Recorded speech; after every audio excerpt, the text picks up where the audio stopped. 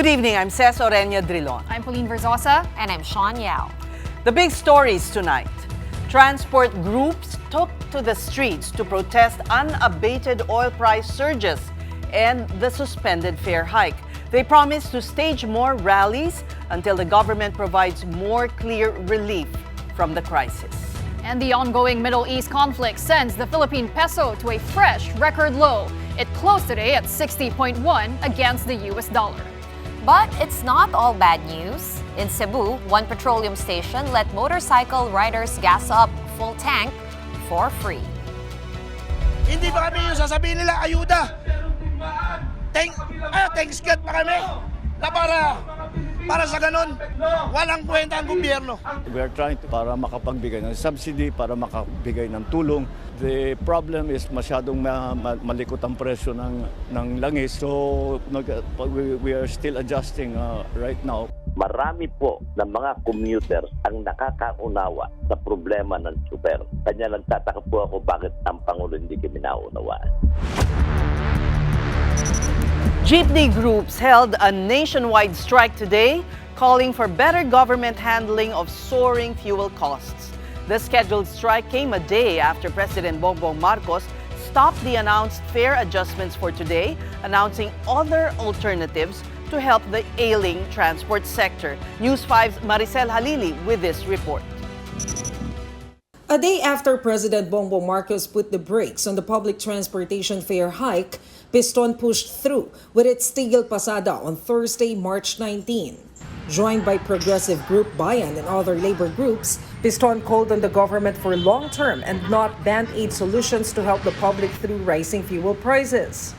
The Transport Coalition cited the Marcos administration's 5,000 peso fuel subsidy program that would only be depleted in less than 2 days if diesel prices continued to climb. Piston again pushed for a fare increase of up to 5 pesos to help PUV drivers cushion the blow of more pump price increases as the Middle East conflict shows no signs of letting up. 103 per liter ang presyo ng gasolina at diesel. Saan aabot ang maliit na kinikita ng ating mga driver? Hindi pa kami yung sasabihin nila, ayuda. Thanks God pa kami. Tulong ang gobyerno. Walang kwenta ang gobyerno. Piston, as well as other transport groups, also hit Mr. Marcos's decision to suspend the fare hike, ordered by the LTFRB, supposed to take effect March 19th. Isipin nyo, piso, kinansila. Pero yung mga oil company na halos 20, 23, 24 pesos per liter ang itinataas. Bakit hindi niya makansila itong patuloy na pagtaas ng presyo ng petrolyo? Marami po ng mga commuters ang nakakaunawa sa problema ng super. Kanya nagtataka po ako bakit ang Pangulo hindi kami naunawaan. They also hinted at a more consolidated transport strikes in the coming days. Magkakaisap kami nila paring Obet, nila paring Boy, nila Pidjodap, nila Truckers dahil magkikita kami lahat ngayon. Ultimo yung motorcycle taxi ngayon ay sasama na sila sa amin. Malalaman na ng ating mga kababayan kung ano ang aming gagawin sa darating na araw. Kaya umingi na akong agad ng paumanhin. While the transport sector feels from surging fuel prices, President Marcos says the Philippines is adjusting well to the oil crisis. He added that government continues to find ways to soften its impact on the public. So we are adjusting well, and we want to ang talagang habol namin dito is to keep yung hanap buhay ng tao, na meron sila pa ring hanap buhay. The president also assured that subsidies and assistance programs will be expanded to help sectors affected by increasing oil prices, particularly transport workers, as fare hikes remain deferred. So we are trying to find different methods para makapagbigay ng subsidy, para makabigay ng tulong. The problem is masyadong malikot ang presyo ng langis, hindi natin ma-anticipate. So we are still adjusting right now. The government is likewise working on keeping food prices stable. Huwag po mag-alala ang tao. We are securing the supplies of food. President Marcos stressed that while oil prices are largely beyond government control, ensuring adequate supply remains a priority. Yung langis, wala tayong magagawa dyan. Pero at least yung supply ay tinitiyak namin magkakaroon. So kahit na may stock tayo, patuloy ang maghanap ng Pilipinas dahil kumukuha talaga tayo sa Middle East. A recent attack by Israel on Iran's South Pars gas field has ignited fresh exchanges on and off the ground. This sent oil prices increasing further, with Brent crude spiking to $112 a barrel on Thursday, March 19, up from between $100 and $105 just last week. For News 5, Maricel Halili, We Are One News. Now, another effect of the Middle East conflict, the Philippine peso breaches the key 60 per US dollar mark, with one economist warning that a prolonged war will cause the local currency to depreciate further. The peso closed this Thursday, March 19, at an all-time low of 60.10 to the greenback, hitting the psychological barrier for the first time in history. It weakened by as much as 60.40, down 1.5% from the previous session. Month on month, the local unit has depreciated by 3.7%. The peso began losing ground since the war broke out in the Middle East on February 28. In fact, of the 10 weakest closing rates for the peso, 8 records were set this year and 4 just for the month of March. The local currency continues to be squeezed by rising pump prices and stronger demand for safe haven dollar. Global crude prices are now hovering around $110 a barrel as Iran attacks energy infrastructure in Gulf nations. President Bongbong Marcos made clear last month that he did not want the peso touching the 60 per dollar level. And yesterday, the Bangko Sentral ng Pilipinas indicated that its intervention on foreign exchange markets is only to smooth excess volatility. The BSP is tempering large swings that can affect inflation rather than defending any specific level. In an interview with our sister program Storycon, Jonathan Ravelas of Reyes Tacandong and Company warns that the peso may further weaken as a result of a protracted Middle East conflict. Well, basically, I think the risk on the upside is high, and because one of the key factors to look at is oil. So if there's a 3 to 9 month war, that will most likely, which was my scenario 2, extended war, then the risk towards 61 is there. But before surging oil prices made headlines, rising food costs was already the most pressing concern for Filipinos. And that is one finding from a Pulse Asia survey commissioned by Stratbase conducted between February 27 to March 2. The poll showed 41% of respondents felt government should immediately address having more affordable food. This was 3 percentage points higher than the December 2025 survey. The change was also the highest felt among Class E respondents. Meanwhile, addressing corruption and providing better services came in at second at 26%. Jobs and livelihood opportunities was third at 24%. Stratbase president and founder Dean Domanhe told our sister program Storycon this afternoon that all the recent survey reflects how concerned Filipinos are now about food security and inflation. It just reflects, Reg, that in the Philippines, no matter how the noise was about the flood control, the day-to-day concern of affordability, the so-called cost of living challenges ng ating mga mamamayan, because in this case, specifically what we said, in your community concern. That means this is really at the level of their day-to-day life. And for them, corruption might be there, but it's really cost of living. Mahirap ang buhay. How well can the Philippines respond to the ongoing Middle East crisis? Let's discuss this with our first guest tonight, Professor Emmanuel Leco, President and Chief Economist of the Credit Rating and Investor Services Philippines Incorporated. Good evening and welcome to The Big Story. Good evening to all of you, ladies. Thank you for having me back after this first. First of all, we're being hit by a double whammy, the historic low of the peso and rising oil prices. So far, how would you assess the government intervention? Well, when it comes to pricing petroleum, there's really not much we can do in the world market. And I think even on the currency market, I don't think we can do much other than say that maybe the Banco Central may intervene.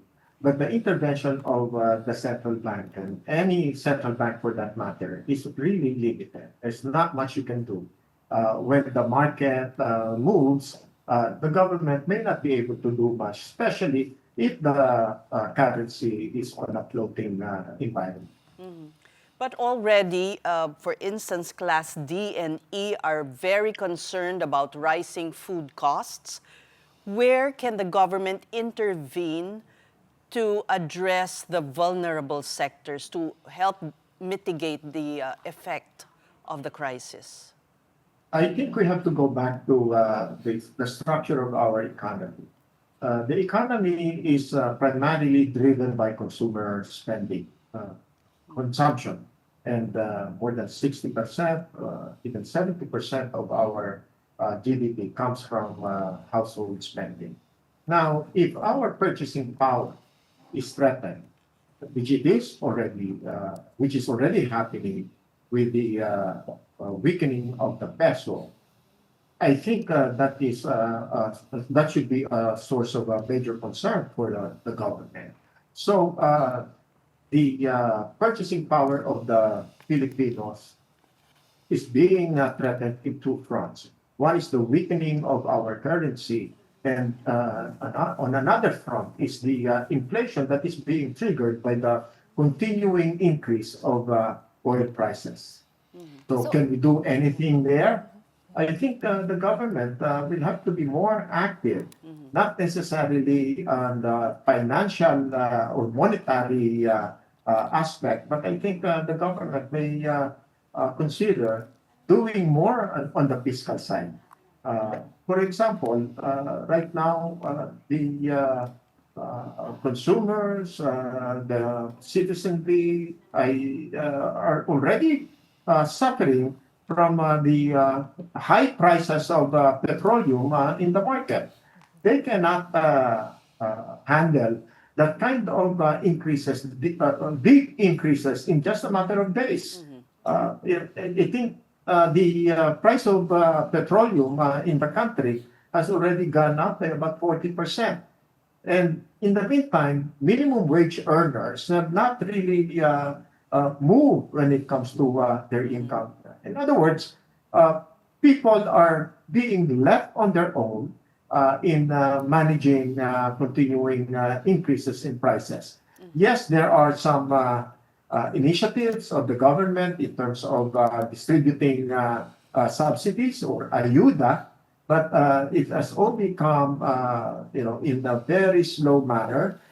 Many of our people are already complaining, and even with the ayudas, these subsidies are not enough. They're also talking about removing excise tax, even value-added tax. The government or the legislature has already given passed the law or the bill to Malacanang in terms of giving the president the emergency powers to remove or suspend excise tax, but the government has not announced when will the president exercise that emergency power of removing, in order to remove excise tax. Masyadong mabagal, would you say? Masyadong mabagal. Even the speaker already said, ang bagal ng DBM, ang bagal mag-release. At ang sinasabi pa nga ay sa sobrang bagal, baka patay na ang kabayo bago dumating ang damo. I think this should be taken seriously. It's not just the people, but even people in government. Speaker D already said that. And also the NUP party leadership, they're already complaining. In fact, they're also saying that they're going to make a move. If the speaker is not able to facilitate faster movement of funds to their districts, they will get out of the majority enjoying the minority. This is serious, in other words. In so many ways, a lot of things are happening, and a major issue here is the economic management or management of economic issues in the country today. Not to mention, Prof, the potential increase in LNG because of tight supply, and that's already 15 to about 18% of usage of LNG in power generation, so which will mean higher electricity costs. Oh, that's, I think that can be expected. A lot of this is already being put on the table. Utility expenses will definitely go up.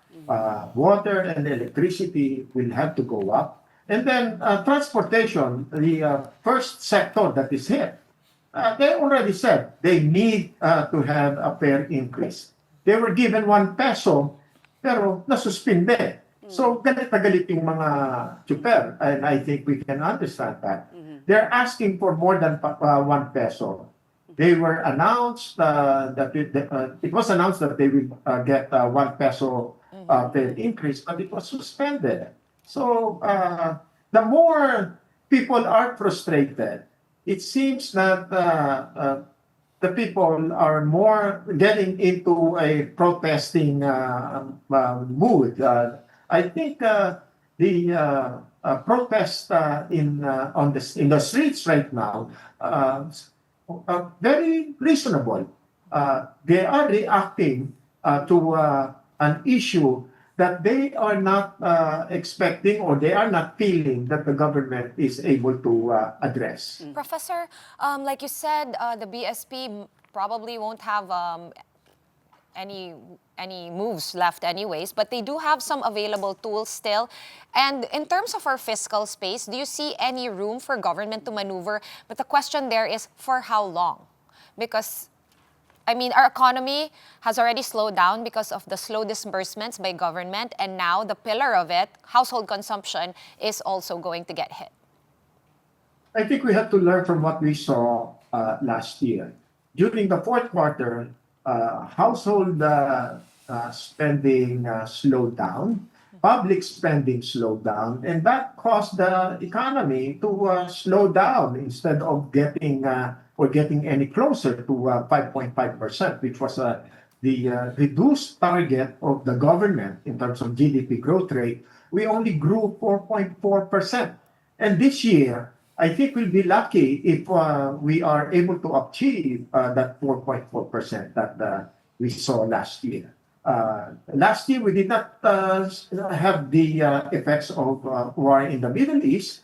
We did not have the effects of increasing prices in oil. So this time, I think it will be a lot more serious, and hope that I hope that this issue gets resolved sooner than later. Right. Because otherwise, we will have a much worse or terrible scenarios that we will be dealing with. Okay, but are you seeing some shorter move that the government can do that they are still not doing along with our economic cluster? I know this might be impossible to answer, but is there something? Oh yes, actually it's not impossible. The president is already handed the emergency powers to remove or suspend excise tax.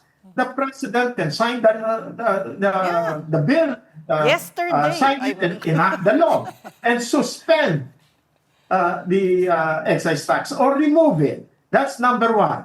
6 pesos, 10 pesos, 5 pesos per liter would help consumers in terms of their expenditures for petroleum. Of course, the president can do something. And that's just for the start. They can also consider removing value-added tax on petroleum products. But of course, the people in government are getting nervous.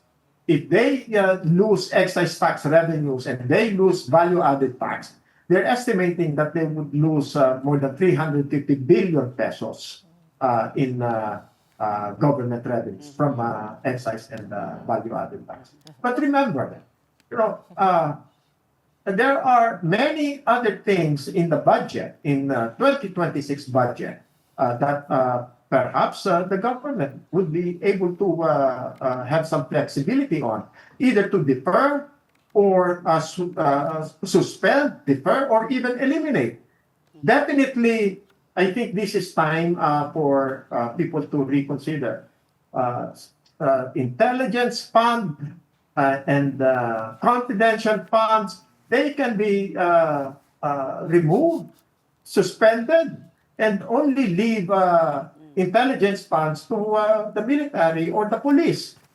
Civilian agencies, I'm not sure they should have the fund or the requirements to do intelligence. They need intelligence work. They can go to the military or get assistance of the police or the NBI, and not to depend or rely on their own. They are not an intelligence agency. So give it to those who have the mandate and the capability to do so. So that's first. Those are the first things that the government can do. Okay. Also, consider the oil deregulation law was intended to infuse competition, stimulate competition among the market players. But what we have seen during the years that it has been implemented was that when one oil company increases the price, everybody follows, or they will increase the price all at the same time. But when the oil price comes down, it comes very, very slow. So for many, I think the oil deregulation law has become basically useless. And also they have to explain the pricing of petroleum in the market today. The petroleum or the oil, the gas that we are buying in the market right now were procured, they were purchased, they were delivered not yesterday, not last week. They were ordered and paid for, or perhaps the contract to buy them happened 2 or 3 months ago. So the price of oil, the price of gasoline that we are buying today at a higher price was procured on a much lower price. Why are they selling it at a higher price? They say, oh, this is for the replenishment cost, replacement cost. So if that is the case, the purchase price 2 or 3 months ago was intended to be sold today. Why are they not selling it at the price that they sold, that they bought it, and then the oil or the petroleum that are being bought today, sell them at an adjusted price 2 or 3 months down the road? In other words, give us the benefit of time. We know that the prices of oil in the world market is increasing, and therefore we should be able to adjust when the market or when the materials or the resources are now being brought to the market. Well, I hope the president is watching us. Yeah, but just as a final question, Noel, I'm sorry we're running out of time, but this war has already reached its third week in the Middle East. What's the single biggest risk that you're watching right now? I mean, the peso has already reached an all-time low, 60 to 10, and some analysts are saying that it could reach 61 pesos if this war drags on for another month, for another 3 to 9 months. We are looking for the end game, for the exit. For the Trump exit in the Middle East. But it looks like we're not hearing any of those. And therefore, even though President Trump already announced that they already won the war, they are not looking at getting out of Iran. Iran, on the other hand, they're saying that you have eliminated almost everybody in the leadership. They have replaced their leadership, and therefore, they're not going back to the negotiating table. Instead, they are demanding that the U.S. gets out of the Middle East. The terms of engagement between the U.S. and Iran and Israel have changed. Instead of just Iran reacting to attacks from the U.S., they are also attacking U.S. bases in the Middle East. They're not just attacking Israel, they're attacking Saudi Arabia, the UAE, Qatar, and other countries where the U.S. bases are. Right. This is totally different from what we saw a few years ago. Right. Professor Emmanuel Leco, we thank you for your perspective. Thank you so much for being on The Big Story. This is The Big Story on One News, and still to come, a gasoline station in Cebu, parang nakinig ata ito kay Professor, provided free full-tank refills to motorcycle riders. Yes, the spirit of bayanihan is alive amid the crisis. Stay tuned for the details.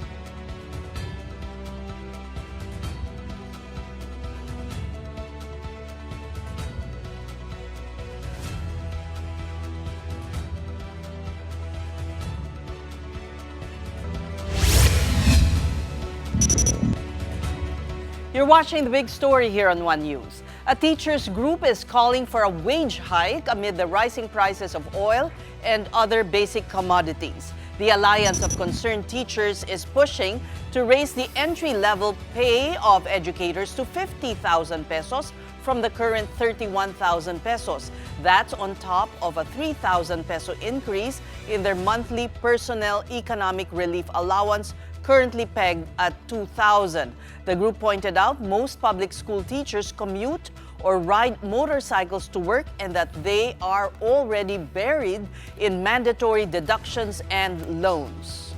Hindi naman luho, no, ang manawagan para sa disente at nakabubuhay na sahod.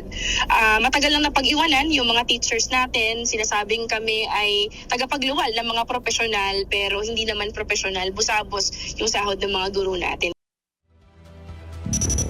And in other news, Speaker Bogie D is urging the Department of Budget and Management to act on fund releases. That's amid debates on key legislation and the anti-political dynasty bill at the House of Representatives. Mobile journalist Arles de los Santos with the report. Sa mga kaibigan natin sa DBM, ayusin niyo naman ang inyong trabaho. Bilis-bilisin niyo naman ang inyong mga pagkilos. In his closing speech before the Congress adjourned for the Lenten break, House Speaker Faustino Bogie D III blatantly called out the Department of Budget and Management or DBM to take action after supposed delays in releasing funds. This comes 2 days after House Deputy Speaker Ronnie Puno expressed dissatisfaction towards Speaker D's leadership, citing lack of action as the DBM has not downloaded nor released funds for social service programs and infrastructure projects in various congressional districts in the country. But Speaker D on his speech argued that the Congress has done its part by passing laws and budgets for stalling vital public services. Ika nga, aanuin pa ang damo kung patay na po ang kabayo. Ang serbisyo ay mahalaga at mararamdaman lamang kung ito'y napaparating sa tamang oras. They clarified that his remarks were meant to push for better coordination within the government and not as critics. On the same speech, the House Speaker also touted the passage of 17 out of 52 priority measures identified by the Legislative Executive Development Advisory Council or LEDAC amid mounting economic and global challenges. That includes House Bill 8418, which gives President Marcos Jr. power to either suspend or reduce fuel excise taxes. Before the House goes on session break, the House continued its plenary debates on the historic progress of the anti-political dynasty bill, with critics calling it budol or scam. One of the interpollators is Gabriela Women's Party List Representative Sara Elago, who raised concerns over alleged legalization of political dynasty. dahil dun sa tatakda natin na kada level pwede ang isa, tila po ba nag-institutionalize pa tayo ng political dynasties? Imbis na i-prohibit ito, no? Imbis na pagbawalan, ginawa pa nating legalize no, yung sistema. But House Committee on Suffrage and Electoral Reform Chairperson Sia Lonte-Adyong has once again insisted that there is no legal definition of anti-political dynasty yet. So hindi po natin nililegalize ang anti-political dynasty. That's a misnomer. That's a wrong way of interpreting it and the way of expressing it. But there's no point of saying that because there is no political dynasty as of yet. No legal definition of political dynasty, Mr. Speaker. And we're defining it now. The House of Representatives is set to resume plenary debates on the anti-political dynasty bill once session resumes on May 4 at 3 p.m. Kapatid Arles de los Santos, we are One News. And here are the other stories making headlines this Thursday, March 19. Former Environment Secretary Maria Antonio Yulo Loizaga is now Special Envoy for Disaster Risk Reduction and Management. President Marcos says he is confident Loizaga can promote strong environmental governance and strengthen Philippine resilience to disasters. Loizaga resigned as DENR chief back in May 2025. She said she needed rest. In another development, the Department of Science and Technology and Palawan State University are launching the country's first ever research and development laboratory for petroleum. The launch is set next week, March 25. The Petro Lab, located in Puerto Princesa City and worth 4.9 million pesos, aims to boost the research capacity of the Philippines in support of oil and gas exploration. And finally, here's some good news. One gasoline station in Talisay City, Cebu had one great offer for a day. Full tank, all you can. Motorcycle riders were allowed to gas up for free, courtesy of two local beverage companies. And as expected, the lines were long. This was an initiative to help motorists cope with the recent surge in fuel prices. Nakapalit na itong pamilya nga kadadlaw. Kaya bituan ng pamugas, hasta gasolina, dako na. Nasildo, way saka. Pero mga salamat naman sa sa mga mamuno kasing-kasing ng panahon na o sa panahon na sa kalisod sa mga tao karon. Dagan salamat. Ako kay tamang naman. Lisod juga sir. Kay tabi lang kining pamergod ang quality wa sa prom. Kataas ang presyo sa gas o gid. Sige. Ipay na sir. Kay naadyo ikuan ba? Ay libre ba? Manila makalibre. This is the time to help each other to lift up everyone. I hope sa simple gesture na ginawa namin, they will be inspired also na to give free or to give back or any form of na we can help our community.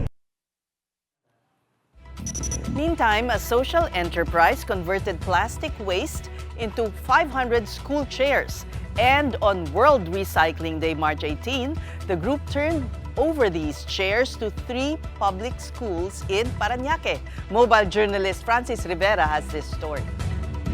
Plastic Flamingo Philippines, in partnership with CMA-CGM, donated 500 recycled chairs to students of Marcelo Green High School in Parañaque City last Wednesday, March 18. Present at the ceremony were Pluff founder and CEO Francois Losoj, CMA-CGM Philippines Managing Director Siva Kuma Tigambaranat, representatives from the Parañaque LGU, DepEd, and the Schools Division Office of Parañaque, as well as Her Excellency Marie Fontanel, Ambassador of France to the Philippines. These chairs are made entirely of recycled plastic waste, transformed into durable armchairs designed to provide comfort and improve students' daily learning conditions. One problem among public school students is the lack of proper seating. Damaged chairs without desk are a common sight in any government learning institution. But Pluff aims to address this issue, one chair at a time.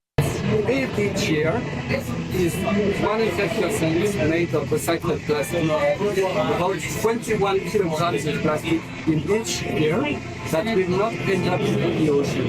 Plus, not only it's made of recycled plastic, but it's made of the plastic that are worse recycled. The one nobody uses recycled, the sachet, because nuclear plastic is aluminum. And these recycled chairs do not only benefit students and schools, but the environment as well. rely on companies, French companies like CMA, CGM, but also the PLAF, Plastic Flamingo, to be on the ground, proving that it's possible to give plastic a second life, which will help definitely students have better conditions for learning at school. With over 1,300 students, the principal of Marcelo Green High School Parañaque is simply grateful. I would like to extend my appreciation to this event and also to the donation you have given us to our school. I know this will help our students to become more motivated to learn. So thank you so much. PLAF, or the Plastic Flamingo, is a locally based social enterprise that aims to transform plastic waste into 100% recycled products. Meanwhile, CMA-CGM Group is a global leader in sea, land, air, and logistics solutions, with a commitment to achieve net zero carbon emissions by 2050. Kapatid! Mobile journalist Francis Rivera, we are One News. Alright, let's talk about more sustainable initiatives, shall we? When the big story returns, an interior designer shares her secrets on creating spaces that heal. Sustainability is up next. Keep it here on One News.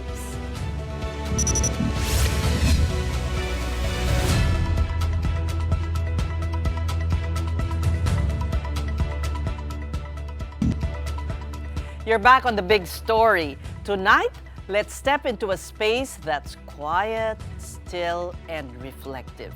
These qualities, in fact, have guided the works of interior designer Cecile Ravelas. For over 2 decades, Ravelas has been designing healing spaces.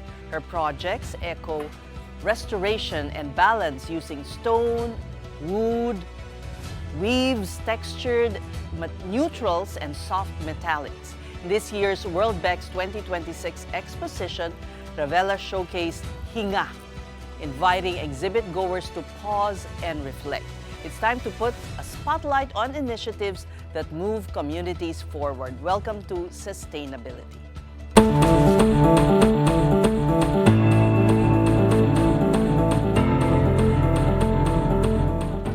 Let's delve into what she deemed as the architecture of pause. And joining us is Cecile Ravelas, founder of Red Interior Design and national president of the Philippine Institute of Interior Designers for 2026 to 2027. Tama? Hi. Or hanggang 2028? Oh my God. Good No, evening. 2027 lang. Good evening, Cecile. Welcome Good to the Big evening. Story, and congratulations on your being president of this very dynamic group. Thank you. you bring a new breath of fresh Energy. air. Yeah. Bring energy to the organization. Yes. It's been exactly 3 months. I'm counting, di ba? But we've been, it's nice because I'm working with a very good dynamic board, and we have this like sync energy. So we've been pretty busy and promoting our advocacies and Which pushing are? which are, well, one, sustainability, wellness, and of course, our immediate response is to the needs of our members. And at 75% of our members belong to the Gen Z, Gen Y. So, and they're really dealing with a lot of stress. And even all of us, in reality, we're living in a very fast life. So we really need The to peso take... just And went exactly. above 60. Grabe, Can you imagine? diba? Yeah. So it's really, like what I would always say, this morning I was saying, we should intentionally pause and really create spaces for it because it's a need. In fact, even for the exhibit, I didn't expect a lot of people to really resonate with the space because when they asked me to do the show, I know everybody was expecting me to come up with something polished, like a really well-designed booth. But in reality, we need to create space for, where we can really find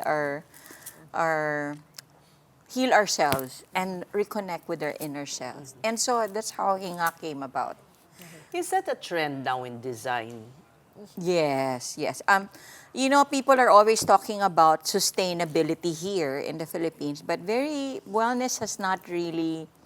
I mean, there are groups already promoting it, but sustainability is about preserving the planet. But you know, even if you preserve the planet, but if the humans are not there, so the equivalent of sustainability in living is wellness. So you know, there are buildings that may be built sustainably because it passed all the specification, but then it can still be stressful. So like a condominium, like here in the Philippines, we're like, you know, dense population. So it could be sustainable building, Pwedeng LEED certified, siya, or yeah. pwedeng LEED siya, pero it's all glass. It's centralized air conditioning. There's no, you know, a few nature, no garden, and it's so sikip. And, you know, people inside do not relate well. So it becomes stressful for them, for us, without us realizing it. You know, like traffic alone is so stressful, you know, even if you're in an aircon car. But, you know, we're so used to it that we no longer realize how it's impacting us. But I love that yeah. definition, that there has to be inner. And has to be inner. Inner, wellness, Inner which is part of wellness. sustainability. Yeah. Hindi lang yung planet, tayo rin sarili natin, alagaan Kasi baka may natin. planeta, pero wala naman na tayo, di ba? Kasi, it's really a balance. It's, you know, there's also another partner of that word, biophilia. So, that is a trend in Biophilic. design, biophilic design, na you're bringing back nature inside. And why? Because when we reconnect with nature, it becomes automatic. It's self-healing. No? It's self-healing. So when Actually, you're healing, that is the new luxury, I would say. yes, it is. It's no longer, you know, buying. In fact, even for travel, the travel for wellness luxury has increased. So people, more and more people are really looking for a place to escape, you know, a quiet place where they can hide themselves. What does that look like, Cecil? I'm curious, when you say your house, your home, your sanctuary should be kumbaga, conducive to wellness, but what does it look like? Because you can have a really nice house, I agree, but the Correct. chairs are uncomfortable. Yes. And you know, the color is too jarring. Correct, There's too much stuff. So, there are ways of doing it, but to me, the most basic, having indoor plants, and to me, it's really choosing natural materials, you know, authenticity, bringing it back Kasi in. marami na ngayon fake wood, fake Exactly. stone, fake...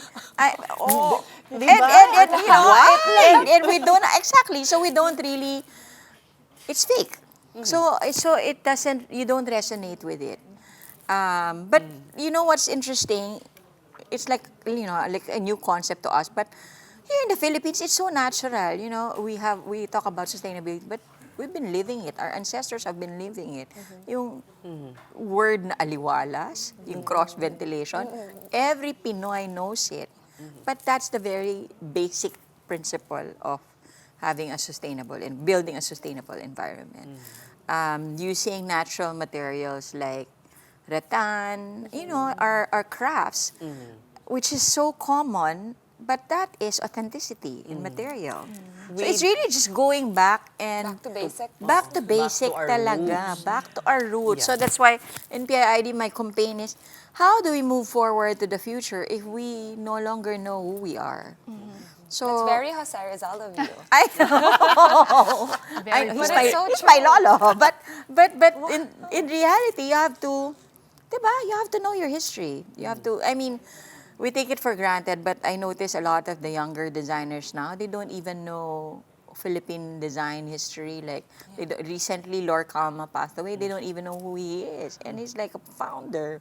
So I think everybody's like living a very fast life. And, you know, we just really need to pause and start reflecting again. I find myself, earlier I was just sharing in lunch, I find myself caught in that rhythm also. I could not finish a movie anymore. Yeah. because I'm just like caught also in the Parang you busyness can't of my life. focus. I can't You focus. can't stay still for like 2 hours. Exactly. So, unless the film is really super wow, yung hook na sinasabi nila, parang I can't stay Parang there. naiinip ka na. Naiinip na ako. So, can you imagine? And design can make us less ganyan, less aligaga. It has to be intentional. So, in fact, to me, that's why I'm campaigning or re-educating in our organization, because we build homes, so we create the environment. So if we do it intentionally, we can actually make it a space for wellness and to let people heal. And like simple thing, you were asking kanina, how will it look? Yes, basic. Letting natural air and natural light come in, bringing plants, but at the same time choosing more natural materials, like less things, no? Yeah, Less things. Okay. Guilty ako dyan. Pero you know what? Not necessarily. There are minimal, like me, I'm minimalist in a sense, but there are spaces that are minimalist, but they feel empty and cold. You're right. Diba? It can be. It can be. So that means it's really creating that balance of putting a bit of nature, a bit of natural element like natural light. Otherwise, it can be really a cold space. Well, we are flashing some of your designs here on the screen, and they're very, very beautiful. okay. And I'm curious because some of them have a lot of colors, like red Yes. walls, Yes, no, correct. and lots of art and greenery. Yes. Walk us through the design process also, no? Do you consult your clients? How involved are they in the designing process? I am trained to be client-centered. So, because I work with hospitality, so hotels, restaurants, brands. So, I listen. That's my process. I really listen and try to give as much support to your vision. And really, sometimes I create the story for the property.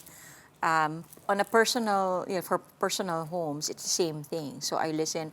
To me, it doesn't make sense that you create something nice, but then the people living in it cannot relate to it. Parang sayang, diba? So I always say, the success of a design is really when people likes to use it. When, you create a sofa and then people sit on it. So like with the booth, I was just The amazed.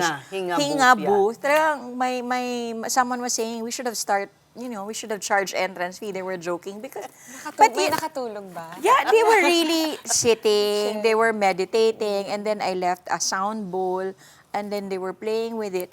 And it's something you don't see every day because people are still not talking about meditation as a regular practice or language. But, seeing these people visit the booth, I mean, We see that there's a yearning. There's a yearning. And they were like really hanging out and staying. And then, sometimes when I'm there, I do have sessions with them. Hindi sila nag-surf ng cellphone. Hindi. Hindi talaga. And then, someone was asking me, if where they can experience. We're looking for a space. There are 2 institutions interested to have it over, to install it. But that was also unexpected.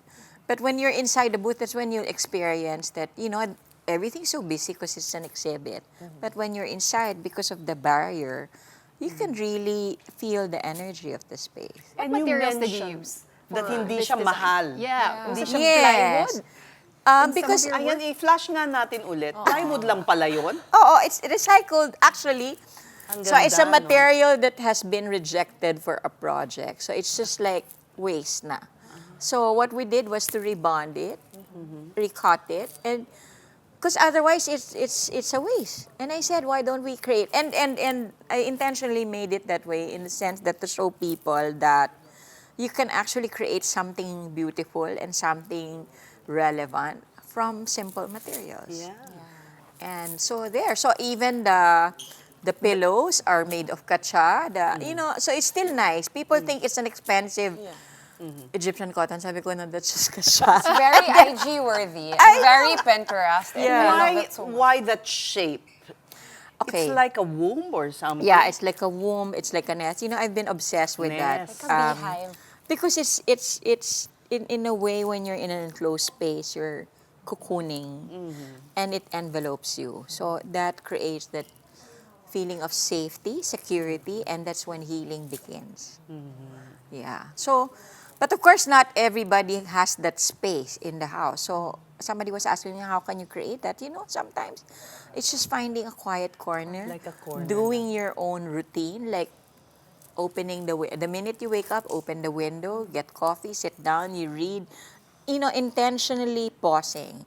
Somebody was saying kanina, you know, it's so hard to meditate. Yeah, it's hard. And believe me, Yeah. I've been on and off. Yeah, it's hard. It's super hard. 5 minutes practice every day until it becomes 10 minutes, 15 minutes.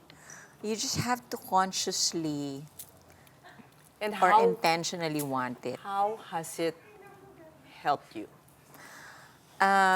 You know, my journey really started because I got sick, I had surgery, so it made me go back. It forced me to slow down.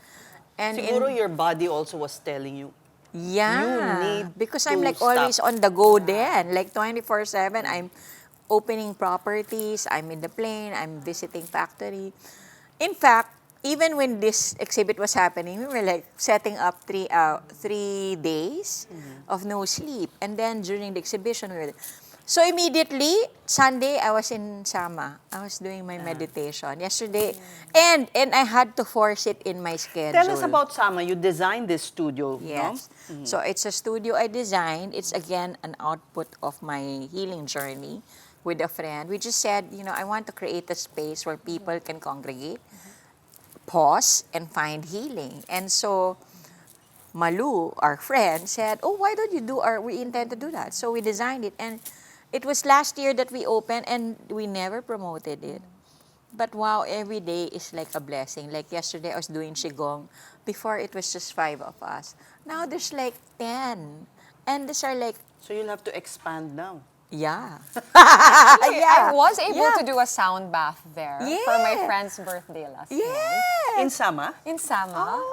And in fact, on Sundays now, before we're not open on Sunday, but now Sundays there are special sessions and we're making it like a community activity.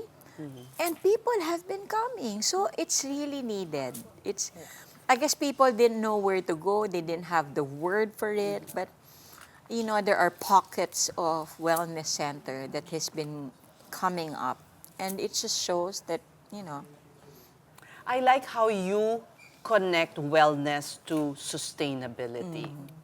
So, would you say this is your mission now as head of PIID? Yes. I think even my being president, I always say, you know, I'm like the delinquent member.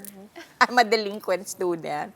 So, but, you know, somewhere along the line, you mature. And when I was called to do the work, to run, and I felt, you know, I knew I was ready with all the inner work I've been doing, and I did. And I see it as a mission. A mission. You know, there's always a purpose in life, everything we encounter, every people we meet. And so I think it's time for me to give back to a profession that really has provided for me.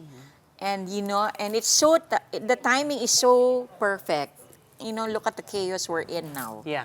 So do you believe all workspaces, like for instance, our studio here, our offices should have such a corner, a wellness corner? Yeah. Especially, you know, when you're always like doing, you know, you're always on the phone. All of us, we're always on the phone. Guilty. That's why the injury now is here, back. And wrists. And wrist. So, and that's like really a new phenomenon brought about So by the anong mobile design phone. mo para ma-address yan? Sige nga. Something that makes you want to leave your phone. I'm not tempted to. Yeah, like that. Really, Like yeah, like hinga. that. And like really create a space. You know, it's like, you know, we create closets for our clothes. We create shoe cabinets for our shoes. Why can't we create a space for where we can pause? It's a place of well-being. You know, a long time ago, people would, remember, there was a trend that people would design man cave in a house to keep the husband away from everything else. But here now, it's really wellness for you. Well, we thank you so much. Thank you. Thank you for having me. Thank you. That was Cecil Ravelas of Red Interior Design and of PIID. All right, and on that note, that's it for the Big Story this Thursday. Thank you so much for watching. We are back here tomorrow at 8 p.m. We'll see you then. Kapatid, we are One News, all sides, all the time. Have a good night.